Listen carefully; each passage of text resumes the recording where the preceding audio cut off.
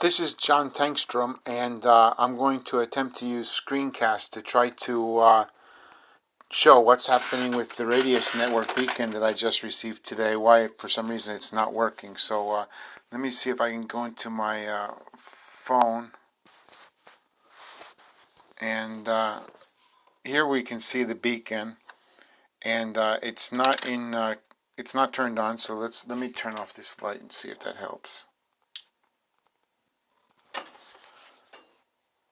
So I'm going to turn it on.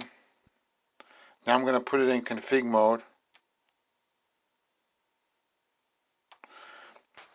Okay, and now what I'm going to do is I'm going to open up this Radius Networks app,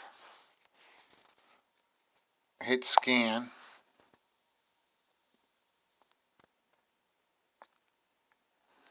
and as you see, nothing happens. Did it again.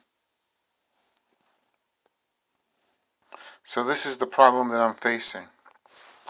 Hopefully you guys can help me in some way.